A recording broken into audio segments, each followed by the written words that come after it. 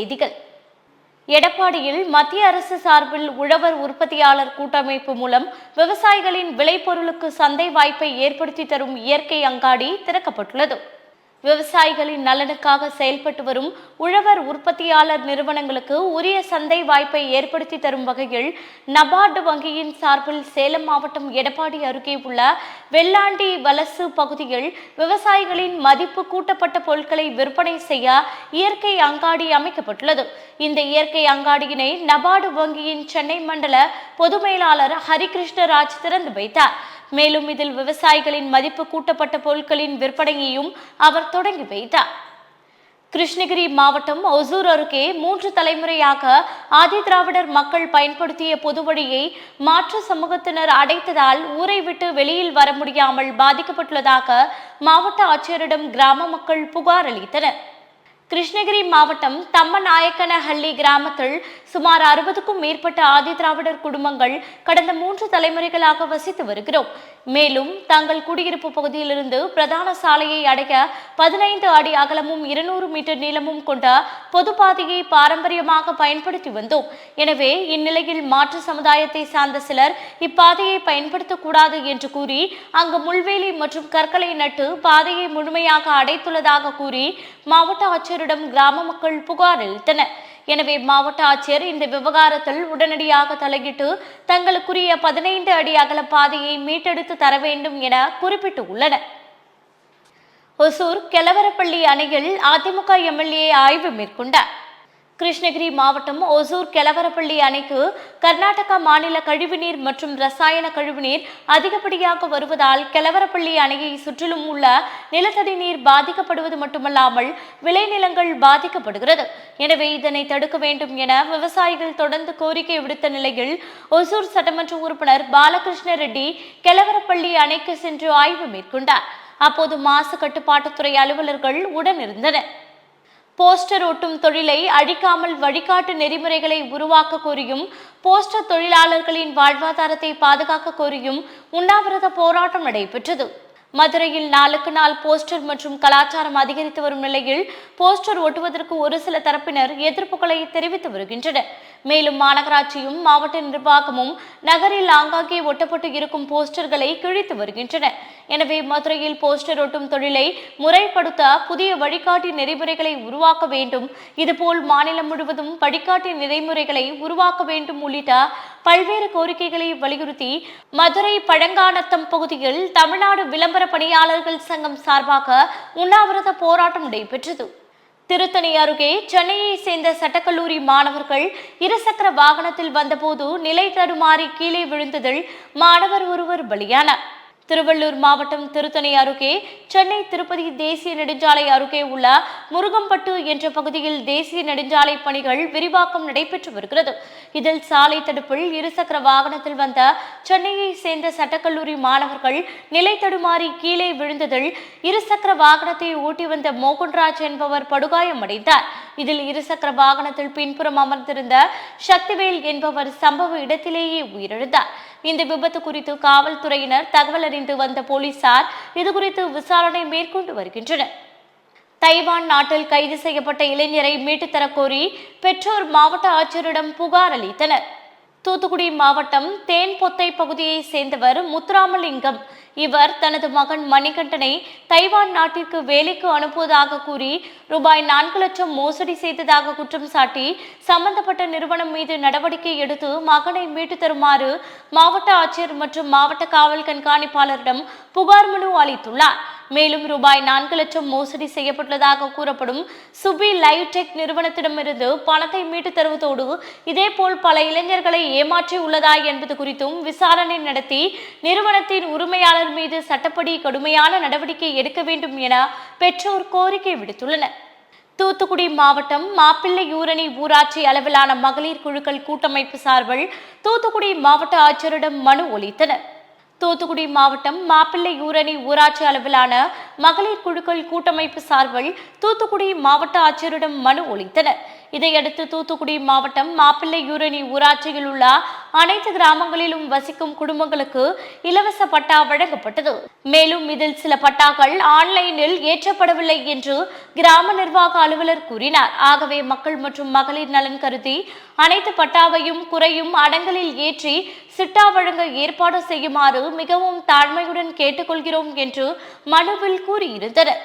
Kallakurichi Inner Wheel சங்க புதிய நிர்வாகிகள் பதவியேற்பு விழாவில் மாற்றுத்திறனாளிகள் பள்ளி கல்லூரி மாணவ மாணவிகளுக்கு மற்றும் மனநலம் குன்றிய பள்ளிகளுக்கு பல்வேறு நலத்திட்ட உதவிகளை வழங்கின. கள்ளக்குறிச்சி SRN நகரில் அமைந்துள்ள ரோட்டரி சங்க நூற்றாண்டு மண்டபத்தில் கள்ளக்குறிச்சி இன்னர்வீல் 2026-27 ஆண்டிற்கான சங்க புதிய நிர்வாகிகள் பதவியேற்பு விழா ரோட்டரி சங்க மாவட்ட கவர்னர் செந்தில்குமார் தலைமையில் இன்னர்வீல் சங்க தலைவியாக மருத்துவர் சிவசங்கரி, துணைத் தலைவியாக சத்யா, செயலாளராக சிவரஞ்சனி, பொருளாளராக பிரேம்லதா ஆகியோர் பதவியேற்றுக் கொண்டனர். இதில் இன்னர்வீல் சங்கத்தின் பழைய புதிய நிர்வாகிகள், உறுப்பினர்கள் என பலர் கலந்து கொண்டனர். கணவனை ஏமாற்றி வாங்கிய மகனிடமிருந்து நிலத்தை மீட்டுக் கொடுக்க வேண்டி மாவட்ட ஆட்சியரிடம் மூதாட்டி மனு அளித்தார். கள்ளக்குறிச்சி மாவட்ட ஆட்சியர் அலுவலகத்தில் நடைபெற்ற மக்கள் குறை தீர்க்கும் நாள் கூட்டத்தில் மூங்கில் துறைப்பட்டு அருகே உள்ள இருதயம்பட்டு கிராமத்தை சேர்ந்த தெரசம்மாள் என்ற மூதாட்டி தனது 50 சென்ட் நிலத்தை பறித்து கொண்டு உணவு அளிக்காமல் இருக்கும் மகனிடமிருந்து நிலத்தை மீட்டுக் கொடுக்குமாறு வேண்டி மூதாட்டி மனு அளித்துள்ளார். கோவையில் உள்ள அரசு பள்ளிக்கு நாப்கின் எரிப்பு இயந்திரத்தை ஸ்ரீ ராமகிருஷ்ணா மகளிர் கல்லூரி மாணவிகள் வழங்கினர். கோவை ஸ்ரீ ராமகிருஷ்ணா மகளிர் கலை அறிவியல் கல்லூரி மாணவிகளின் முயற்சியில் உருவாக்கப்பட்ட நாப்கின் ஸ்மார்ட் பின் என்ற சூரிய சக்தியில் இயங்கும் நாப்கின் எரிப்பு இயந்திரம் சித்தாபுதூரில் உள்ள கோவை மாநகராட்சி பெண்கள் உயர்நிலைப் பள்ளிக்கு வழங்கப்பட்டது. இந்த நிகழ்ச்சியில் கோவை மாநகராட்சி ஆணையர் திரு கட்டாரவி தேஜா IAS சிறப்பு விருந்தினராக கலந்து கொண்டு நாப்கின் ஸ்மார்ட் பின் இயந்திரத்தை பள்ளி பயன்பாட்டிற்காக அர்ப்பணித்தார். பின்னர் அவர் பேசும்போது பெண்களின் உடல்நலம், சுற்றுச்சூழல் பாதுகாப்பு மற்றும் கழிவு மேலாண்மைக்கு உதவும் வகையில் மாணவிகள் உருவாக்கிய இந்த கண்டுபிடிப்பு மிகவும் பாராட்டுக்குரியது என்றார். மதுரை அலங்காநல்லூரில் அண்ணாமலையின் வீத லீடர்ஸ் இயக்கம் சார்பில் ஆலோசனை கூட்டம் நடைபெற்றது. மதுரை அலங்காநல்லூரில் அண்ணாமலையின் வீத லீடர்ஸ் இயக்கம் சார்பில் சோழவந்தான் தொகுதி நிர்வாகிகள் கலந்து கொண்ட ஆலோசனை கூட்டம் நடைபெற்றது. இதில் செய்தியாளர்களை சந்தித்த நிர்வாகிகள் பேசிய போது தொகுதி சார்பில் போதைப் பொருளுக்கு எதிராக மாபெரும் பேரணி நடத்த உள்ளதாகவும், மேலும் அண்ணாமலை கட்சி பிரவேசம் நிச்சயம் தாவேகாவுக்கு பின்னடைவை ஏற்படுத்தி தமிழக மக்கள் அண்ணாமலைக்கு முழு ஆதரவு தருவார்கள் என பேசினர்.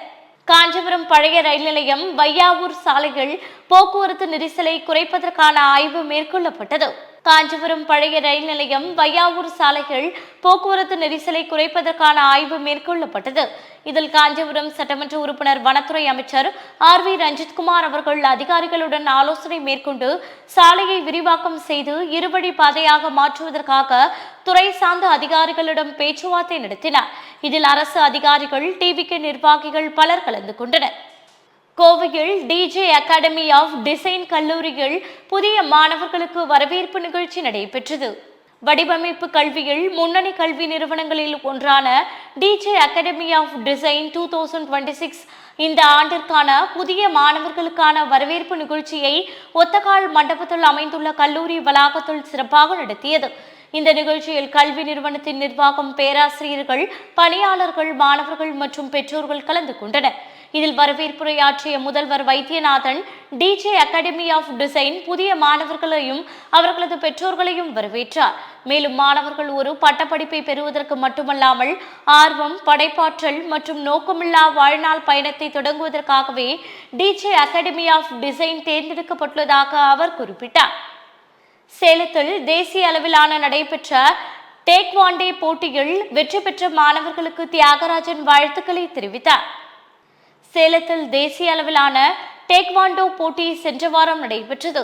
இதில் தமிழ்நாடு சார்பாக செங்கல்பட்டு மாவட்ட டைகர் டேக்வாண்டோ கிளப் மாணவர்கள் போட்டியில் கலந்து கொண்டு வெற்றி பெற்று பல்வேறு பரிசுகளை வாங்கினர்.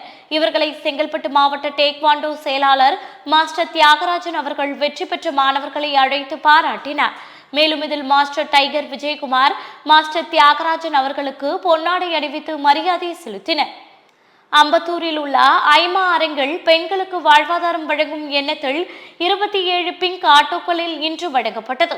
சென்னை மாவட்டம் rotary club of Anna Nagar Madras ஆஃப்டெக்ஸ் வேல்யூ ஹவுசிங் மற்றும் அனியோ அமைப்புடன் இணைந்து பெண்களுக்கு வாழ்வாதாரம் வழங்கும் எண்ணத்தில் 27 பிங்க் ஆட்டோக்களை இன்று அம்பத்தூரில் உள்ள ஐமா அரங்கில் வழங்கியது. இந்த ஆட்டோக்கள் ஆப்ஸ் வேல்யூ ஹவுசிங் நிதி உதவியுடன் அன்னியோ தொண்டு நிறுவனம் மூலம் தேர்வு செய்யப்பட்டு பயிற்சி அளிக்கப்பட்ட 27 பெண் பயனாளிகளுக்கு lottery club of Anna Nagar Madras மூலம் ஒருங்கிணைந்து வழங்கப்பட்டன.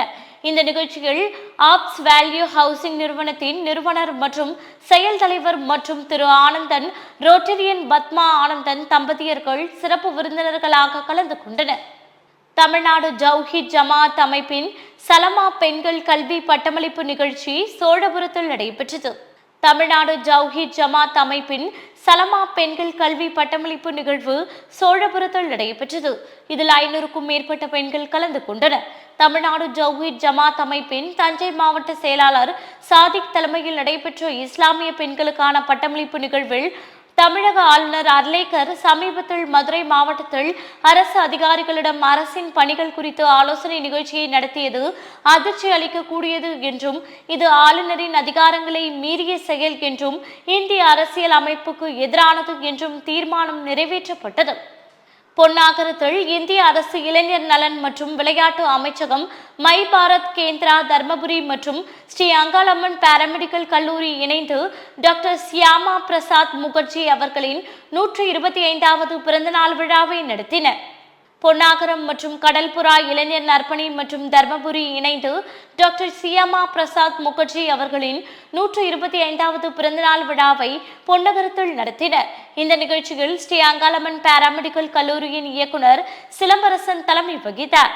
கடல்புறா இளைஞர் நற்பணி மன்றத்தின் தலைவர் வெங்கடேஷ் வரவேற்புரை வழங்கினார். முன்னதாக சியாமா பிரசாத் முகர்ஜி அவர்களுடைய திருவுருவ படத்திற்கு மாலை அணிவித்து மரியாதை செய்யப்பட்டு அவர்களினுடைய வாழ்க்கை வரலாறு மற்றும் சாதனைகள் பற்றி பங்கேற்பாளர்களுக்கு எடுத்துரைக்கப்பட்டது. இந்த நிகழ்ச்சியில் கட்டுரை, ஓவியம், கலை நிகழ்ச்சி போன்ற போட்டிகள் நடத்தப்பட்டு வெற்றி பெற்றவர்களுக்கு பரிசுகள் மற்றும் சான்றிதழ்கள் மை பாரத் தர்மபுரி சார்பில் வழங்கப்பட்டது. தாவிக வழக்கறிஞர்களை அரசு வழக்கறிஞர்களாக நியமித்தால் வரவேற்கிறோம் என்றும் உடனடியாக அரசாணை வழங்கி நடவடிக்கைகளை எடுக்க வேண்டும் என்று அதிமுக வழக்கறிஞர் தெரிவித்தார்.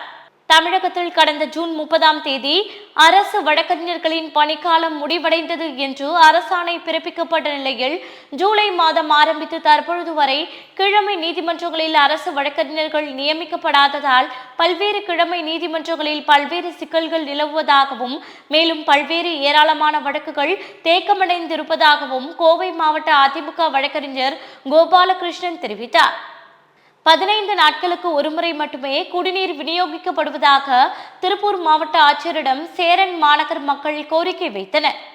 திருப்பூர் மாவட்டம் முதலிப்பாளையம் ஊராட்சிக்குட்பட்ட சேரன் மாநகர் பகுதியில் நிலவி வரும் கடுமையான குடிநீர் பற்றாக்குறையை தீர்க்க கோரி அப்பகுதி பொதுமக்கள் மற்றும் குடியிருப்போர் நல சங்கத்தினர் இன்று மாவட்ட ஆட்சியரிடம் கோரிக்கை மனு அளித்துள்ளனர். பின்னர் இதுகுறித்து அப்பகுதி மக்கள் பேசும்போது இதுகுறித்து ஊராட்சி நிர்வாகம், சட்டமன்ற உறுப்பினர் அலுவலகம் மற்றும் மாவட்ட ஆட்சியர் அலுவலகத்தில் பலமுறை மனுக்கள் அளித்தும் இதுவரை எந்த உரிய நடவடிக்கையும் எடுக்கப்படவில்லை எனவும் தற்போது அளிக்கப்பட்டுள்ள மனு மீது நடவடிக்கை எடுக்காத பட்சத்தில் அடுத்த கட்டமாக போராட்டத்தில் ஈடுபட உள்ளதாகவும் தெரிவித்தனர். சிவகங்கை மாவட்டம் காரைக்குடியில் சிறுவனுக்கு அளித்த தவறான சிகிச்சையால் ஆணுறுப்பு அகற்றப்பட்டதாக கூறி தனியார் மருத்துவமனையை கண்டித்து பெற்றோர் முற்றுகையிட்டு போராட்டம் நடத்தினர். சிவகங்கை மாவட்டம் காரைக்குடியில் பாதிக்கப்பட்ட சிறுவனின் பெற்றோர், உறவினர்கள் மற்றும் இந்திய கம்யூனிஸ்ட் கட்சி, AITUC தொழிற்சங்கத்தினர் உள்ளிட்ட 100க்கும் மேற்பட்டோர் மருத்துவமனையை முற்றுகையிட்டு போராட்டத்தில் ஈடுபட்டனர். மேலும் இதில் மருத்துவரை கைது செய்ய கோரியும் போராட்டத்திற்கு ஆதரவாக நகை கடைகள் மற்றும் நகை பட்டறை தொழிலாளர்கள் கடைகளை அடைத்து போராட்டத்தில் ஈடுபட்டுள்ளனர். இதில் போராட்டத்தில் ஈடுபட்ட 100க்கும் மேற்பட்டோரை போலீசார் கைது செய்து தனியார் மண்டபத்திற்கு அழைத்து சென்றனர். சிவகங்கை மாவட்டத்தில் மேய்ச்சல் நிலங்களை பாதுகாக்கவும் கால்நடைகளுக்கு உடனடி மருத்துவ வசதிகளை ஏற்படுத்தவும் கீதாரி சமூகத்தினர் அரசுக்கு கோரிக்கை விடுத்துள்ளனர். சிவகங்கை மாவட்டம் மானாமதுரை அருகே நெட்டூர் கண்மாயில் புலிகுளம் நாட்டு இன மாடுகளை மேய்த்து வரும் கீதாகிரி சமூகத்தினர் மாட்டு சாணத்தை சேகரித்து காய வைத்து 60 கிலோ மூட்டைகளாக கேரளாவுக்கு விற்பனை செய்து கூடுதல் வருமானம் ஈட்டி வருகின்றனர். இந்நிலையில் மேய்ச்சல் நிலங்கள் குறைவு, வனப்பகுதிகளில் மேய்ச்சலுக்கான கட்டுப்பாடுகள் மற்றும் கால்நடை நோய்கள் உள்ளிட்ட சவால்களை பாரம்பரிய தொழில் பாதிக்கப்பட்டுள்ளதாக கீதாகிரிகள் வேதனை தெரிவித்தனர். எனவே மேய்ச்சல் நிலங்களை பாதுகாக்கவும் கால்நடைகளுக்கு உடனடி மருத்துவ வசதிகளை ஏற்படுத்தவும் அரசுக்கு அவர்கள் கோரிக்கை விடுத்துள்ளனர். கன்னியாகுமரி மாவட்டம் அருமனை அருகே சாலையில் கொட்டிய வண்ணம் இறைச்சி கழிவை ஏற்றி சென்ற மினி டெம்போவை பொதுமக்கள் தடுத்து நிறுத்தி காவல்துறையிடம் ஒப்படைத்தனர். கன்னியாகுமரி மாவட்டம் அருமனை அருகே துர்நாற்றம் வீசிய வண்ணம் சாலையில் கழிவுநீர் கொட்டிய நிலையில் சுகாதார சீர்கேட்டை ஏற்படுத்தும் வகையில் சென்ற இறைச்சி கழிவுகளை ஏற்றி வந்த மினி டெம்போவை பின்தொடர்ந்து சென்ற பொதுமக்கள் முழுக்கோடு பகுதியில் வைத்து வேனை தடுத்து நிறுத்தி காவல்துறையினருக்கு தகவல் கொடுத்தனர். இதுகுறித்து தகவல் அறிந்து சம்பவ இடத்திற்கு வந்த அருமனை போலீசார் வாகனத்தை கைப்பற்றி சுகாதாரமின்றி இறைச்சி கழிவுகளை கொண்டு வந்த வாகன உரிமையாளர் லூகா என்பவரை பிடித்து விசாரணை நடத்தி வருகின்றனர். இதில் முதற்கட்ட விசாரணைகள் பன்றி பண்ணைக்கு இந்த வாகனம் சென்றதாக தெரிய வந்துள்ளது. திருப்பத்தூரில் தமிழ்நாடு முதலமைச்சர் சி ஜோசப் விஜய் அவர்களின் பிறந்தநாளை முன்னிட்டு இலவச கண்புரை பரிசோதனை முகாம் நடைபெற்றது. திருப்பத்தூர் புதுக்கோட்டை ரோட்டில் அமைந்துள்ள சிவசக்தி நகர் பகுதியில் உள்ள தனியார் திருமண மண்டபத்தில் சங்கர நேத்ராலயா கண் மருத்துவமனை மற்றும் தவிக தொழிற்சங்கம் திருப்பத்தூர் பணிமனை இணைந்து நடத்தும் தமிழ்நாடு முதலமைச்சர் சி ஜோசப் விஜய் அவர்களின் பிறந்த நாளை முன்னிட்டு இலவச கண்புரை பரிசோதனை முகாம் மேற்கு மாவட்ட கழக செயலாளர் முனுசாமி, திருப்பத்தூர் சட்டமன்ற உறுப்பினர் டாக்டர் திருப்பதி எம்எல்ஏ அவர்களின் தலைமையில் நடைபெற்றது. பாபநாசம் அருகே உள்ள அருத்துவபுரம் ஊராட்சிகள் 6 வருட காலமாக உப்பு நீரை குடித்து வருவதாக கிராம மக்கள் குற்றம் சாட்டியுள்ளனர். தஞ்சாவூர் மாவட்டம் பாபநாசம் தாலுகா அம்மாப்பேட்டை ஒன்றியம் அருந்துவபுரம் ஊராட்சியில் உள்ள காந்தி கிராமத்தில் 100க்கும் மேற்பட்ட குடும்பங்கள் வசித்து வருகின்றன. இந்நிலையில் இந்த கிராமத்தில் உள்ள மேல்நிலை நீர்த்தேக்க தொட்டியிலிருந்து உப்புநீர் மட்டுமே வருவதாக, நல்ல குடிநீர் இல்லாததால் இந்த கிராமத்தில் உள்ள குழந்தைகள் முதல் பெரியவர்கள் வரை உடல்நலம் பாதிக்கப்படுவதாகவும், மேலும் குழாய்களில் வருகின்ற உப்பு நீரை குடித்து நோய் தொற்று ஏற்படுவதால் மினரல் வாட்டர் கேனில் தண்ணீர் ரூபாய் தினசரி பிடித்து குடிக்க வேண்டிய சூழ்நிலை ஏற்பட்டுள்ளதாகவும் இந்த கிராம மக்கள் குற்றம் சாட்டுகின்றனர். எனவே மாவட்ட நிர்வாகமும் தமிழக அரசும் போர்க்கால அடிப்படையில் உடனடி நடவடிக்கை மேற்கொண்டு நல்ல குடிநீர் வழங்க வேண்டும் என கிராம மக்கள் கோரிக்கை வைத்துள்ளனர்.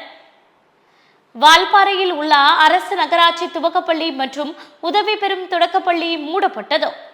கோவை மாவட்டம் வால்பாறை பகுதியில் உள்ள ரொட்டிக்கடை மற்றும் சின்கோனா பகுதியில் உள்ள நகராட்சி தொடக்கப்பள்ளி மற்றும் அரசு உதவி பெறும் தொடக்கப்பள்ளி ஆகிய 2 பள்ளிகளும் மாணவர்கள் இல்லாத நிலையில் கல்வி நிலையம் பூட்டப்பட்டுள்ளது. எனவே இதுபோன்ற பள்ளிகளில் மாணவர்கள் சேர்க்கையை அதிகப்படுத்தி அப்பள்ளிகளை இயக்க கல்வித்துறை நடவடிக்கை எடுக்க வேண்டும் என சமூக ஆர்வலர்கள் மற்றும் மாணவர்களின் பெற்றோர்கள் அரசுக்கும் கல்வித்துறைக்கும் கோரிக்கை வைத்துள்ளனர். தேனியில் சாலை வசதியை ஏற்படுத்தி வன உரிமை சட்டத்தின் கீழ் பட்டா வழங்க வேண்டும் என கிராம மக்கள் மாவட்ட ஆட்சியரிடம் கோரிக்கை வைத்தனர். தேனி மாவட்டம் போடி நாயக்கனூர் அருகே கொட்டக்குடி ஊராட்சிக்குட்பட்ட சாலப்பாறை கிராமம் அமைந்துள்ளது. இந்த கிராமத்தில் சுமார் 100 ஆண்டுகளுக்கு மேலாக பல தலைமுறைகளாக சுமார் 60க்கும் மேற்பட்ட குடும்பத்தினர் வசித்து வருகின்றனர். இந்த நிலையில் மலை கிராமத்தில் வீடு கட்டி குடியேறும் மக்களுக்கு வன உரிமை சட்டத்தின் கீழ் பட்டா மற்றும் சாலை வசதி வழங்க கோரி கிராமத்தை சேர்ந்த பொதுமக்கள் மாவட்ட ஆட்சியரிடம் அலுவலகத்தில் ஆட்சியரை சந்தித்து கோரிக்கை மனு அளித்தனர். உலக இரத்த கொடையாளர் தினத்தை முன்னிட்டு வாலாஜா அரசு தலைமை மருத்துவமனையில் இரத்த தான முகாம் நடைபெற்றது. ராணிப்பேட்டை மாவட்டம் வாலாஜா அரசு தலைமை மருத்துவமனையில் நடைபெற்ற இரத்த தான முகாமை மாவட்ட ஆட்சித்தலைவர் திருமதி பிரியா ரவிச்சந்திரன் தொடங்கி வைத்தார். தொடர்ந்து மனிதநேய சேவையில் ஈடுபட்டு தன்னார்வமாக இரத்த தானம் செய்த 43 இரத்த கொடையாளர்களுக்கு பாராட்டு சான்றிதழ்கள் மற்றும் கேடயம் வழங்கி கௌரவித்தனர். மதுராந்தகம் அருகே உள்ள தாத்தா ரெட்டமலை சீனிவாசன் அவர்களின் 167வது பிறந்த நாளை முன்னிட்டு அமைச்சர் மற்றும் மாவட்ட ஆட்சியர் மாலை அணிவித்து மரியாதை செலுத்தினர்.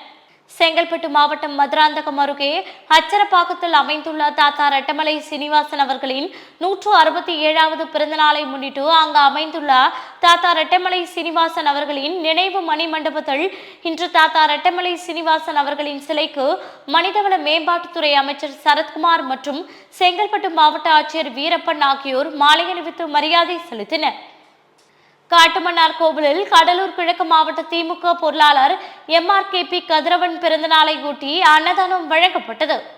கடலூர் மாவட்டம் காட்டுமன்னார் கோவிலில் கடலூர் கிழக்கு மாவட்ட திமுக பொருளாளரும் MRK கல்வி குழுமங்களின் தலைவருமாகிய MRKP கதிரவன் பிறந்தநாளை ஒட்டி திமுக ஒன்றிய நகர இளைஞரணி உள்ளிட்ட சார்பு அணிகள் சார்பில் பொதுமக்களுக்கு அன்னதானம் மற்றும் இனிப்புகள் வழங்கி கொண்டாடப்பட்டது.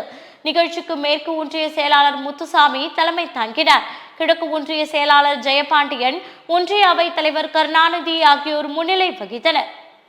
ஜெயங்கொண்டத்தில் இளைஞர் காங்கிரஸ் சார்பில் நிர்வாகிகள் அறிமுக ஆலோசனை கூட்டம் நடைபெற்றது.